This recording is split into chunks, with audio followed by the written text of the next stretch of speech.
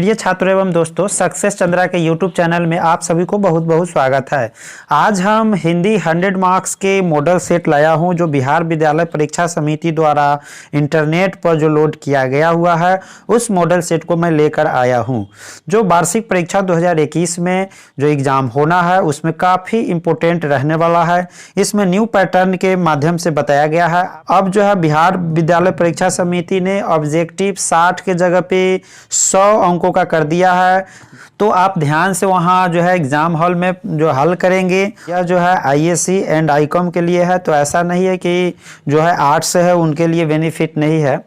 वो ये एक पैटर्न बनाया हुआ है, इससे कुछ सवाल आएगा, 100% यही सवाल रहेगा, ये भी बात नहीं मानना है। इसके अलावा भी आप तैयारी करते रहेंगे। एक समझने के लिए, पैटर्न समझने के लिए आपको जो है डाल दिया गया है, इससे हेल्प लेकर के आप तैयारी करते रहें।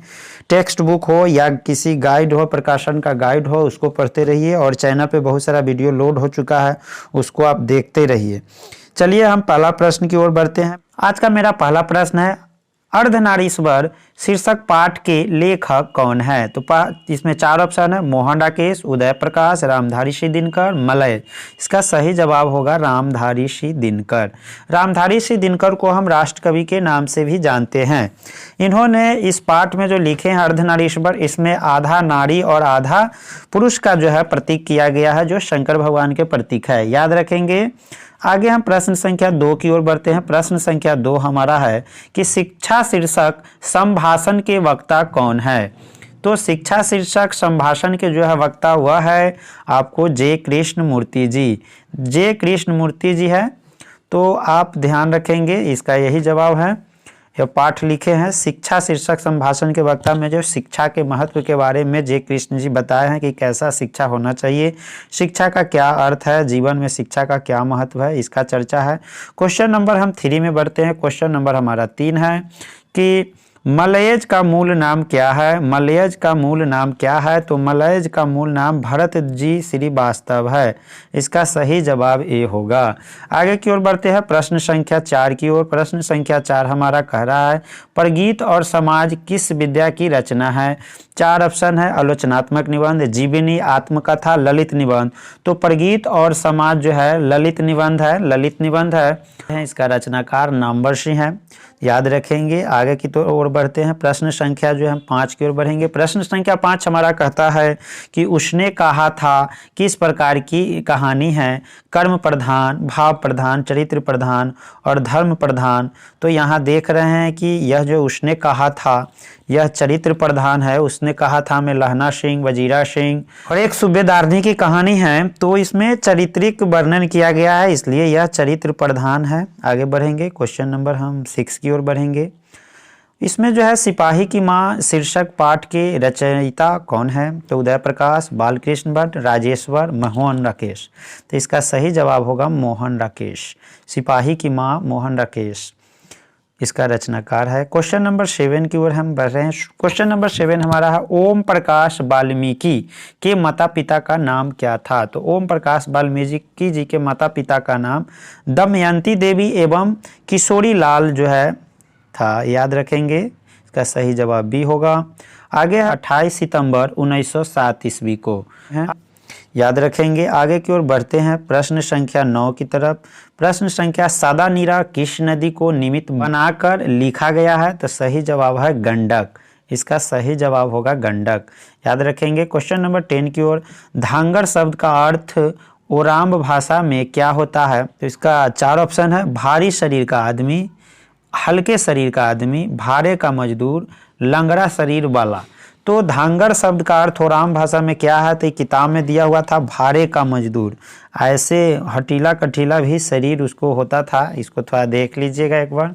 क्वेश्चन नंबर हम 11 की ओर बढ़ेंगे। क्वेश्चन नंबर 11 हमारा क्या है, चंपारण में गांधी जी के चमत्कार की कथा किसने लिखी? 4 ऑप्शन, महात्मा गांधी, राजेंद्र प्रसाद, राधा कृष्ण, सरदार पटेल।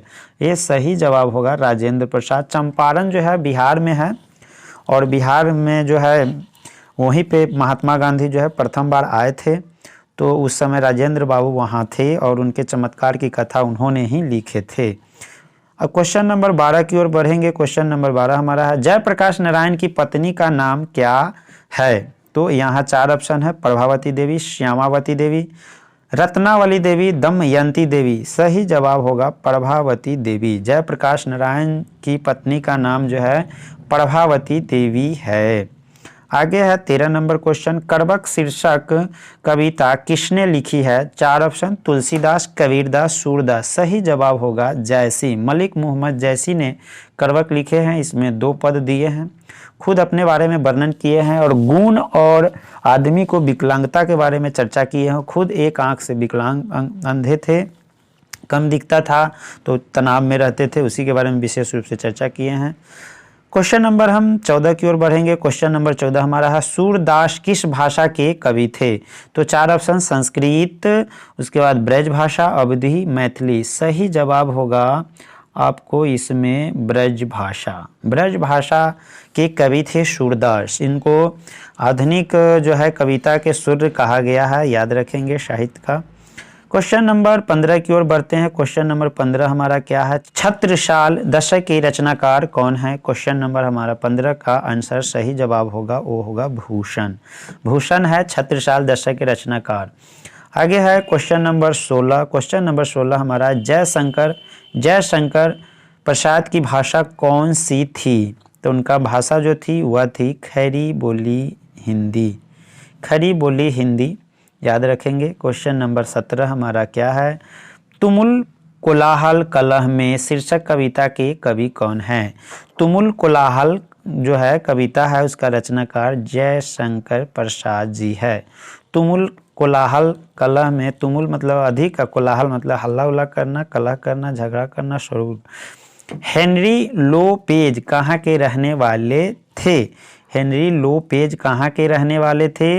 इसका सही जवाब जो होगा वो होगा कांगो यानी अफ्रीका के। क्वेश्चन नंबर 19 की ओर बढ़ेंगे। क्वेश्चन नंबर 19 हमारा है, कवि भूषण को भूषण की उपाधि किसने दी थी?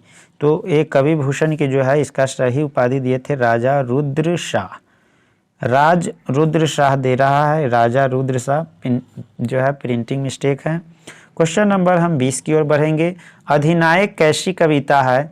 तो अधिनायक जो है व्यंग्यात्मक कविता है, व्यंग्यात्मक कविता है, व्यंग किया गया हुआ है। अधिनायक के बारे में चर्चा किया गया है विशेष रूप से इस कविता में कि अधिनायक का अर्थ क्या होता है। तो क्वेश्चन नंबर हम आगे बढ़ते 21 के, जूठन के हेड मास्टर का नाम क्या है?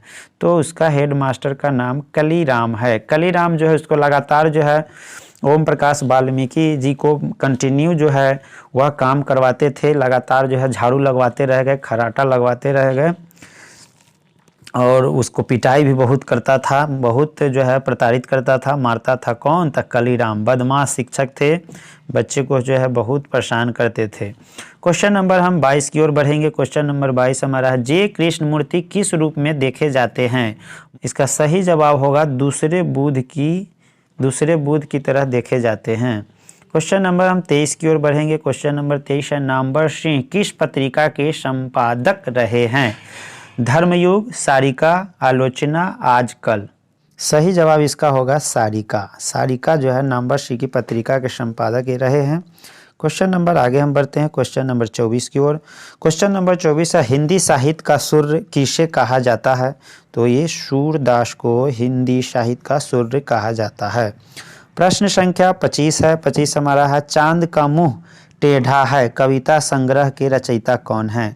तो चांद का मुंह टेढ़ा है, 4 ऑप्शन इसमें है, 2 और ऑप्शन देखिए। इसका सही जवाब होगा गजानंद माधव मुक्तिबोध। यही इसका सही जवाब है, चांद का मुंह टेढ़ा है। आगे की ओर बढ़ेंगे। अब व्याकरण यहाँ कुछ आ गया है, मिक्स करके क्वेश्चन दिया हुआ मॉडल सेट में, आप ध्यान देंगे मॉडल सेट में है तो आंसर को मिलान करते रहेंगे बीच बीच में।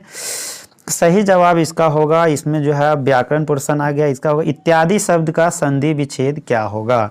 तो इति जोड़ आदि होगा, इसका सही जवाब बी हो जाएगा, इति जोड़ आदि।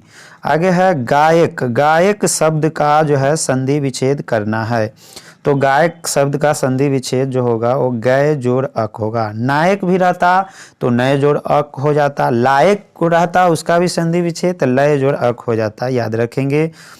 परामर्थ शब्द का संधि विच्छेद कीजिए, परामर्थ, तो परम जोड़ अर्थ होगा, परम जोड़ अर्थ, इसका सही जवाब बी हो जाएगा, परम जोड़ अर्थ।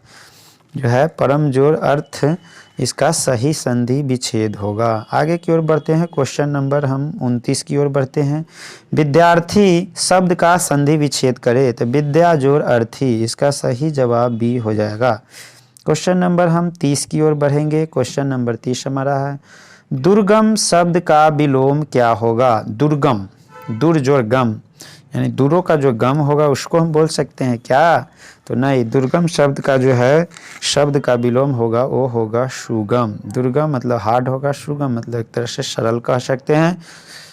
अनुकूल शब्द का जो है विलोम होगा प्रतिकूल। अनुकूल जो होता है पॉजिटिव सेंस में कहेंगे, प्रतिकूल यानी उसका उल्टा। आरोही शब्द का अगला हमारा प्रश्न 32 है, आरोही शब्द का विलोम होगा तो आरोही और अवरोही सुने होइएगा गणित में, वही अवरोही है। अवरोही मतलब होता है घटते क्रम, आरोही मतलब होता है बढ़ते क्रम। प्रश्न संख्या 33 की ओर बढ़ते हैं, विराग शब्द का विलोम क्या होगा? तो विराग शब्द का विलोम होगा अनुराग, इसका सही जवाब होगा अनुराग। प्रश्न संख्या आगे हम बढ़ते हैं, प्रश्न संख्या कितना 34 की ओर बढ़ते हैं। प्रश्न संख्या 34 हमारा है कि आंखों का तारा होना मुहावरे का अर्थ है। तो ये बहुत प्रिय, बहुत प्यारा, बहुत प्यारा, बहुत प्रिय को ही बहुत प्यारा कहा गया है। आंखों का तारा होना, बहुत प्यारा, प्रिय होना। आगे प्रश्न 35 नंबर, ऊंट के मुंह में जीरा मुहावरे का अर्थ क्या है? यानी इसका अर्थ हुआ कि ऊंट बड़ा जानवर है और उसमें छोटा खाना होगा, कम खाना होगा। इसका मतलब अधिक खाने वाले को कम खुराक मिलना, उसको हम बोलेंगे ऊंट के मुंह में जीरे का फोरन। आगे है कान काटना, कान काटना मुहावरे का अर्थ क्या है? यानी चतुर होना। चतुर होना, प्रतीक होना, किसी को जो है चतुराई से अपना ये करना यानी दूसरे को परास्त करना, यानी कान काटना हुआ। क्वेश्चन नंबर 37 है, घी के दिए जलाना मुहावरे का अर्थ है बहुत खुशी मनाना, यानी प्रसन्नता व्यक्त करना होगा इसका सही अर्थ। आगे की ओर बढ़ते हैं, क्वेश्चन नंबर यहाँ नगर शब्द का विशेषण आ गया, तो नगर शब्द का विशेषण हो जाएगा नागरिक, सही जवाब इसका बी हो जाएगा। प्रश्न संख्या जो है 39, रंग शब्द का विशेषण क्या होगा? तो यहाँ 4 ऑप्शन है। रंग शब्द का विशेषण है रंगीन, रंगीन। प्रश्न संख्या 40, पत्थर, पत्थर शब्द का विशेषण क्या होना चाहिए? तो पथरीला, पथरीला। पत्थर दिल पत्थरबाज पहाड़ी नहीं होगा, पथरीला होगा। प्रश्न संख्या हम आगे बढ़ते हैं, भारत शब्द का विशेषण होगा, भारत शब्द का विशेषण होगा भारतीय। यहाँ 2 ऑप्शन दिया, भारतीय दिया हुआ है, भारतीय, यहाँ भारतीय सही जवाब होगा इंडियन, यानी इंडियन हो जाएगा, नहीं भारतीय हो जाएगा। प्रश्न संख्या 42, जीव जंतु शब्द कौन समास है? द्वंद्व समास। जीव जंतु क्या है? तो द्वंद्व समास है, जो बीच में योजक चिन्ह से दर्शाया जाता है उसको हम बोल सकते हैं वह होता है कौन समास? द्वंद्व समास। द्वंद्व समास का जो है बीच में योजक, जैसे माता पिता, माता पिता, योजक चिन्ह बीच में आ जाता है, जिसको हम माइनस भी कह सकते हैं, यानी जीव जंतु हुआ बीच में क्या है? माइनस। ऐसा शब्द अगर मिले बीच वाला हाइफन वाले तो ऐसे को आप समझ लेना है द्वंद्व समास। आगे की ओर बढ़ते हैं, प्रश्न संख्या जो है 43, नीलांबर शब्द कौन सा समास है? नील जोड़ आंबर, नीलांबर यानी एक कर्मधारय समास का ये जो है उदाहरण है। आगे है भरपेट शब्द, भरपेट, भरपेट, भर कोई शब्द नहीं होता लेकिन पेट तो शब्द होता है, लेकिन पेट को भर दिया जाता है, यानी ये अव्ययभाव समास हुआ, इसका द्वितीय पद जो है प्रधान है। चिड़ीमार, चिड़ीमार शब्द, चिड़ीमार शब्द कौन समास है? यह जो है तत्पुरुष समास है। चिड़ीमार मतलब चिड़िया को मारने वाला होता है, गाड़ी चलाने वाला, कोई काम करने के लिए तत्पर होता है, वह तत्पुरुष समास होता है, याद रखेंगे। द्वंद्व समास किसको कहेंगे? तो जिनका दोनों पद प्रधान हो, जैसे माता पिता, भाई बहन, जीव जंतु, सब द्वंद्व समास है। द्विगु समास किसको बोलेंगे? जिस शब्द का संख्यावाची हो, शुरू में संख्या शब्द इंडिकेशन हो, वह संख्यावाची हो, उसे हम द्विगु समास बोलते हैं। 46 है, सभा शब्द कौन लिंग है? तो सभा शब्द जो है स्त्रीलिंग है, स्त्रीलिंग है, याद रखेंगे। आपको 47 नंबर प्रश्न क्या है? जल शब्द कौन है? तो जल शब्द पुल्लिंग है, जल शब्द पुल्लिंग है, लेकिन जल अगर नदी में है तो नदी क्या है? तो नदी स्त्रीलिंग है। और जल पुल्लिंग है। द्रव्य पदार्थ प्रायः जो है पुल्लिंग होते हैं, द्रव्य चीज जो भी है वो सब क्या है, पुल्लिंग होता है। याद रखेंगे। दल शब्द कौन लिंग है, तो दल शब्द स्त्रीलिंग है। दल शब्द क्या है, स्त्रीलिंग है। आगे है रूमाल शब्द कौन सा लिंग है, रूमाल की बात किया है, ये पुल्लिंग है। रूमाल क्या है, पुल्लिंग है। उपवन शब्द में उपसर्ग है, उपवन, उप जोड़ वन, वन मतलब तो होता है बगीचा जंगल, और उप मतलब कुछ नहीं होता है, तो वन से पहले जो उपसर्ग क्या है, किसी शब्द के पहले आकर लग जाए और उसका अर्थ बदल दे, उसको हम उपसर्ग बोलते हैं। तो वन, अगर वन अलग छांट लेते हैं तो क्या उप हो जाता है, नहीं, उप इसका जो है उपसर्ग है। प्रश्न संख्या आगे हम 51 की बात कर लेते हैं, 51 की बात कर लेते हैं। तो ईमान शब्द में कौन उपसर्ग है, ईमान, तो मान शब्द इसमें से हटा लेते तो ई बच जाता है, इसका सही जवाब ए होगा। आगे है सुकर्म शब्द में कौन सा उपसर्ग है, तो कर्म में क्या जोड़ा हुआ है, सु, पहले जोड़ दिया गया है कर्म में सु, तो सुकर्म हो गया, तो इसका सही जो है उपसर्ग होगा वो होगा सु, सु होगा। आगे की ओर बढ़ते हैं 53 नंबर प्रश्न हमारा है प्रकाशित। प्रकाश में इत जोड़ दिए हैं, प्रकाश शब्द, इसमें से प्रकाश हटाइए, प्रकाश हटा दीजिएगा तो इत बचेगा, और इत जो है तो दो तरह का इत है। तो जब आप प्रकाश लिख रहे हैं और जब इधर से लगा हुआ है शीत, शीत प्रकाशित, इधर से लगा हुआ है तो ए हो जाएगा। अगर यहाँ लिखल रहता इधर से शीत, ऐसे लिखल रहता शीत, तो ए वाला हो जाता, लेकिन यहाँ जो है इधर से लगा हुआ है तो ए इत प्रत्यय होगा। याद रखेंगे, प्रत्यय किसी शब्द के अंत में लगता है, उसका अर्थ बदल देता है। यहाँ है पठनीय शब्द में क्या प्रत्यय है, तो पठ, पठ, पठ मतलब पढ़ना, अनीय, तो इसका सही जवाब बी होगा, पठनीय। आगे है पंकिल शब्द में क्या प्रत्यय है, पंक जोड़ इल, तो इसका सही जवाब डी होगा, यानी इसमें इल प्रत्यय होगा, इल प्रत्यय होगा किसमें, तो 55 नंबर यानी पंकिल में। काल के कितने भेद है, काल के 3 भेद है। काल के 3 भेद कौन कौन है, तो वर्तमान काल, भविष्यत काल और भूतकाल। तो भूतकाल, वर्तमान काल, भविष्यत काल सब वही है। अर्थ के आधार पर संज्ञा के कितने भेद है, अर्थ के आधार पर आप संज्ञा के भेद जो है 5 है, याद रखेंगे। आगे की ओर बढ़ते हैं। हमेशा रहने वाला का एक शब्द क्या होगा, तो हमेशा रहने वाला को हम बोलते हैं शाश्वत, शाश्वत, शाश्वत यानी हमेशा रहने वाले, यानी अनेक शब्दों के लिए एक शब्द है, हमेशा रहने वाले को हम शाश्वत बोलते हैं। जो सब कुछ जानता हो का एक शब्द क्या होगा, तो इसका होगा सर्वज्ञ, सर्वज्ञ इसका सही जवाब होगा। और अगर कुछ नहीं जानता तो अज्ञ हो जाता, और जो कम जानता है वो अल्पज्ञ होता है। यहाँ 60 नंबर प्रश्न हमारा, ईश्वर पर विश्वास करने वाला का एक शब्द क्या होगा, जो ईश्वर पर विश्वास करते हैं उसको बोलते हैं हम आस्तिक, ईश्वर पर विश्वास करने वालों को हम बोलते हैं आस्तिक, और जो ईश्वर पर विश्वास नहीं करते हैं उसको बोलते हैं नास्तिक। याद रखेंगे। आगे की ओर बढ़ते हैं। प्रश्न संख्या जो है 61 हमारा है, कहता है बालकृष्ण भट्ट की रचना बातचीत साहित्य की कौन सी विद्या है, तो यहाँ 4 ऑप्शन है, एकांकी, कहानी, यात्रा संस्मरण, ललित निबंध। इसका सही जवाब होगा ललित निबंध है। बातचीत जो है कैसे बातचीत करना चाहिए, किसके साथ कैसे बोलना चाहिए, और किस जो है शरीर को किस जो है कंडीशन में रखे, कैसे डिसिप्लिन मेंटेन करे और कैसे वाणी बोले कि जो है प्रभावी हो, इसी बारे में जो है बालकृष्ण भट्ट जी ने इसमें जो है बताया गया है कि बातचीत एक कला है, यानी कन्वर्सेशन आर्ट्स इसको बोलते हैं, आर्ट ऑफ कन्वर्सेशन इसको बोलेंगे इंग्लिश में। यह जो है एक कला है, बातचीत करना जो है एक कला है, जिसके पास कला अच्छा है वो अच्छा से बातचीत करता है। क्वेश्चन नंबर 62 की ओर हम चलते हैं। 62 हमारा क्या है, जयप्रकाश नारायण को कौन सा पुरस्कार मिला था, तो 4 ऑप्शन है, इनको भारत रत्न मिला था। जयप्रकाश नारायण जी को भारत रत्न मिला था। अब जानते हैं कि जयप्रकाश नारायण जी संपूर्ण क्रांति पाठ लिखे हुए हैं हिंदी में, और जो है उन्होंने 1974 में गांधी मैदान में जो है आंदोलन जो किए थे, तो उन्हीं के नाम से वो ज़्यादा प्रसिद्ध है, जेपी आंदोलन, याद रखेंगे। प्रश्न संख्या 63 क्या है? दिनकर को किस गद्य पुस्तक पर साहित्य अकादमी पुरस्कार मिला था? तो इसमें जो है उनका संस्कृत के 4 अध्याय पर जो है पुरस्कार मिले था, साहित्य अकादमी पुरस्कार मिला था। 3 बज गए, 4 बज गए, 11 बज गए, किस पाठ की पंक्ति है?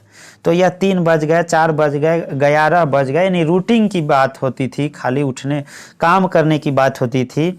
यह जो है रोज पाठ की पंक्ति से लिया गया है। रोज पाठ के जो है मुख्य पात्र वह है मालती है, जिसका पति का नाम महेश्वर है, जो डॉक्टर रहता है, और एक बेटा इसका रहता है, उसका नाम है टीटी। और लेखक जो है सच्चिदानंद हीरानंद बादशायन हैं, जो मालती के रिश्ते में भाई लगते हैं, और उनके यहाँ जाते हैं तो देखते हैं जो हमेशा बिजी रहती है मालती। और मालती एक ऐसा समय था जिस समय वह पढ़ती थी, उस समय फ्री रहती थी, और जब उनका शादी हो जाता है एक डॉक्टर से तो हमेशा रूटीन में बन जाती है, वही टाइम टेबल की सिर्फ बात करती रहती है, उसी का जो है चर्चा जो है उस पंक्ति में है, जो है रोज पाठ है। क्वेश्चन नंबर यहाँ 65 है। केवल कष्ट सहकर भी देश की सेवा की जा सकती है, किस पाठ की युक्ति है?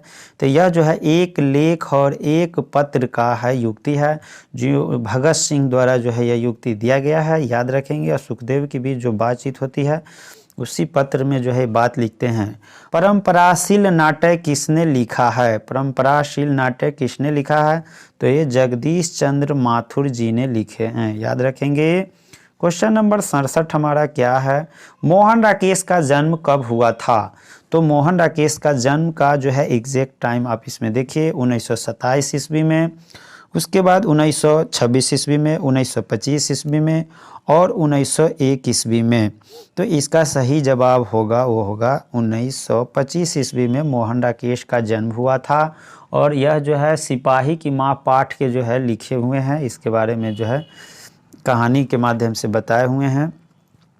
दूसरी परंपरा की खोज पुस्तक के रचनाकार कौन है? 4 ऑप्शन है, नामवर सिंह, रामधारी सिंह दिनकर और रामविलास शर्मा, जे कृष्णमूर्ति। तो दूसरी परंपरा की खोज नामवर सिंह द्वारा रचनाकार किया गया है। प्रश्न संख्या जो है हम आगे की ओर बढ़ते हैं। प्रश्न संख्या 69, जायसी के पिता कौन थे? यानी मलिक मोहम्मद जायसी जो थे, करवक लिखे थे, उनके पिताजी कौन थे? ये मलिक शेख ममरेज थे, मलिक शेख ममरेज थे। प्रश्न संख्या 70, आखिरी कलाम के रचयिता कौन है? तो आखिरी कलाम के रचयिता वह मलिक मोहम्मद जायसी जी थे। सही जवाब इसका सी हो जाएगा। प्रश्न संख्या हम 71 की ओर बढ़ते हैं। 71 हमारा क्या है कि सूरदास के दीक्षा गुरु कौन थे? तो 4 ऑप्शन है, ये इसका सही जवाब होगा महाप्रभु वल्लभाचार्य। सही जवाब इसका सी हो गया। प्रश्न संख्या 72 हमारा क्या कह रहा है? तुलसीदास ने घर का परित्याग किस कारणवश किया था? पत्नी में आसक्ति से, उसके बाद पत्नी की फटकार से, पत्नी के प्रेम से, पत्नी के प्रगाढ़ प्रेम से। तो जब इनका शादी विवाह हुआ था उस समय पत्नी के प्रगाढ़ प्रेम थे इनके और इनके पत्नी से, लेकिन इनको ने किसी कारण से पत्नी की फटकार ज़्यादा सहना पड़ा, इसलिए जो है इनको घर का परित्याग करना पड़ा। किनको? तो तुलसीदास को। प्रश्न संख्या 73 की ओर बढ़ते हैं। भगति विमुख जे धर्म सो सब अधर्म करी गए, किस कवि ने कहा है? यह जो है सूरदास कहा, मीराबाई, नाभादास, जायसी, इन्होंने यह नाभादास कहे हैं। कबीर के बारे में कहे, कबीर के दोहा है, याद रखेंगे। प्रश्न संख्या जो है 74 है। भूषण की भाषा कौन थी? यानी भूषण किस भाषा में लिखते थे? तो इसका सही जवाब जो होगा वह है ब्रज भाषा, ब्रज भाषा। आगे है प्रश्न संख्या चंद्रगुप्त नाटक के नाटककार कौन है? ये सही जवाब होगा जय शंकर प्रसाद जी थे। जय शंकर प्रसाद जी है चंद्रगुप्त नाटक के नाटककार। बढ़िया क्वेश्चन है, यह क्वेश्चन याद रखेंगे एग्जाम में। प्रश्न संख्या जो है 76, प्रश्न संख्या 76 हमारा क्या है? किसकी रचना है? आज दिशाएं भी हंसती है, उल्लास विश्व पर छाया है, मेरा खोया हुआ खिलौना अब तक मेरे पास न आया। यह जो है दुखद घटना है, दुखद कविता है। वह कविता जो है वह क्या किसने लिखी है, तो यह जो है सुभद्रा कुमारी चौहान ने लिखी है। पुत्र वियोग पाठ जो है कविता है, जो है पुत्र वियोग कविता है, उसी में यह पंक्ति जो है लिखा हुआ है। सुभद्रा कुमारी चौहान के एक पुत्र रहता है, वह जो है मर जाता है, उसी जो है पुत्र वियोग पर उन्होंने एक शोक कविताएं लिखी हैं। इस कविता का ही पंक्ति यही है, इसलिए इसका सही जवाब सी होगा। अपने दुखों को व्यक्त करती है सुभद्रा कुमारी चौहान इस कविता में, पुत्र के वियोग करते हैं। प्रश्न संख्या हम 77 की बात कर ले। निम्न में से गजानन माधव मुक्तिबोध की रचना कौन है, तो यह है जन जन का चेहरा एक। जन जन का चेहरा एक निम्न में से गजानन माधव मुक्तिबोध की रचना है, याद रखेंगे। प्रश्न संख्या हम आगे की ओर बढ़ रहे हैं। प्रश्न संख्या हमारा जो है 77 है, तो यहाँ 78 की ओर बढ़ेंगे। 78 प्रश्न हमारा है, दूध शब्द कौन संज्ञा है, तो दूध देख रहे हैं, यह द्रव्य दूध होता है, इसलिए यह द्रववाचक संज्ञा होगा। प्रश्न संख्या यहाँ क्या है 79, मित्रता शब्द कौन संज्ञा है, तो मित्रता से हम भाव का प्रकट करते हैं, यह मित्रता भाववाचक संज्ञा है। आगे की ओर बढ़ते हैं। प्रश्न संख्या जो है 80 है हमारा, सभा शब्द कौन संज्ञा है, तो सभा शब्द जो है यह जो है क्या है, यह समूहवाचक संज्ञा है। सभा में बहुत सारे लोग उपस्थित होते हैं, इसलिए समूहवाचक संज्ञा होंगे। और यहाँ फरवरी शब्द क्या है, फरवरी शब्द कौन संज्ञा है, तो फरवरी खास महीने का नाम है, इसलिए यह जो है व्यक्तिवाचक संज्ञा हो जाता। अगर महीना रहता, यहाँ महीना कौन संज्ञा है, तो वो हो जाता है जातिवाचक, लेकिन फरवरी दे दिया तो यह हो जाएगा व्यक्तिवाचक। क्वेश्चन नंबर हम 82 की ओर बढ़ रहे हैं। ऊर्जा शब्द का पर्यायवाची नहीं है, तो कौन नहीं है, तो आपूर्ति होता है। आपूर्ति यानी पूर्ति करना, ऊर्जा से कोई इसका कंसल्ट नहीं है। आगे है ओठ चबाना। ओठ चबाना मुहावरे का अर्थ क्या है, टोना करना, झाड़ फूंक करना, क्रोध प्रकट करना, लालच करना, तो ओठ चाबना इसमें क्रोध प्रकट करना, इसका सही जवाब सी होगा। प्रश्न संख्या 84 की ओर बनेंगे। खून का घूंट पीना मुहावरे का अर्थ है क्रोध प्रकट करना, गुस्सा पचा जाना, किसी का अनिष्टा करना, इनमें से कोई नहीं। सही जवाब होगा गुस्सा पचा जाना, गुस्सा को पचा जाना, यानी खून का घूंट पीना मतलब अंदरे अंदरे गुस्साना, उसको गुस्सा को बाहर नहीं उजागर करना, यानी गुस्सा पचा जाना। प्रश्न संख्या 85 है। टेढ़ी खीर होना मुहावरे का अर्थ क्या है, टेढ़ी खीर क्या होगा, तो इसका जो कठिन कार, सरल कार, मामूली कार और शुद्ध भोजन, तो टेढ़ी खीर होना का मतलब हुआ कि आदमी टेढ़ हो रहा है, इसका मतलब जो है कठिन कार है, कठिन कार होगा, उसी को हम बोलेंगे टेढ़ी खीर होना। मुहावरे का अर्थ क्या होगा, तो वही होगा कठिन कार। मुट्ठी में करना मुहावरे का अर्थ क्या है, भ्रम में रखना, मनमानी करना, बस में रहना, बस में करना, तो मुट्ठी में करना, मुट्ठी में करना मुहावरे का अर्थ होगा, वह होगा डी, बस में किसी को कर लेना। हंसी खेल समझना, कोई काम को हंसी खेल समझते हैं, तो हंसी खेल का समझना का मतलब जो है कोई चीज़ को इजी में लेना, वही हुआ। इसका सही जवाब हुआ साधारण काम समझना, यानी भारी काम को भी हंसी खेल समझना, हंसी मजाक समझना, यानी साधारण काम समझना। प्रश्न संख्या 88 हमारा है। लाजवाब शब्द कौन समास है, तो ला जोड़ जवाब, यानी बीच में अगर दो पार्ट करते हैं तो ला जोड़ जवाब, ला का तो कोई मीनिंग नहीं होता है, जवाब का होता है, इसलिए यह जो है अव्ययभाव समास होगा। दूसरा पद इसका प्रधान है। भरपेट, लाजवाब, ये सब क्या है, अव्ययभाव समास है, याद रखेंगे। प्रश्न संख्या हम 89 की ओर बढ़ते हैं। तिरंगा शब्द कौन सा समास है, तिरंगा, तिरंगा में 3 रंग होता है, इसलिए उसको हम तिरंगा कहते हैं। यह संख्या का बोध होता है, 3 रंग, तो यह जो है द्विगु समास होगा, हम पहले भी कह चुके हैं। द्वंद्व समास क्या होता है, जिसमें योजक चिन्ह होता है, जैसे माता पिता भाई पद, दोनों पद प्रधान होता है। तत्पुरुष में जो है वैसा शब्द जो तत्पर हो कोई काम करने के लिए, तत्पुरुष जो है समास होगा। कर्मधारय समास में भी जो है अच्छी चीज़ की जो है नीलांबर हुआ, इस तरह का जो बात होगा उसमें। चतुरानंद, चतुर जोड़ आनंद शब्द कौन सा समास है, तो चतुर तो चतुराई की प्रकट करता है, 4 संख्या के नहीं, अगर चतुर्थ रहता तो यहाँ द्विगु समास होता, लेकिन चतुरानंद बात यहाँ हुई है, तो यह जो है आपको बहुव्रीहि समास है। प्रश्न संख्या यहाँ रोग पीड़ित शब्द कौन समास है? रोग से पीड़ित होता है, चाहे रोग पीड़ित, तो रोग से रोग पीड़ित है, इसका मतलब हुआ तत्पुरुष समास है। रोग उसको पीड़ित कर रहा है, खहेट रहा है, इसका मतलब जो है तत्पुरुष है। आगे है प्रश्न संख्या 92 यानी 92। आयात शब्द का विलोम क्या होगा? तो आयात मतलब आता है, चाहे देश के अंदर आता हो चाहे राज्य के अंदर आयात हुआ। निर्यात मतलब जो है देश से बाहर भेजते हैं, चाहे बाहर भेजना। प्रश्न संख्या 93। 93 क्या कहता है? नास्तिक शब्द का विलोम क्या है?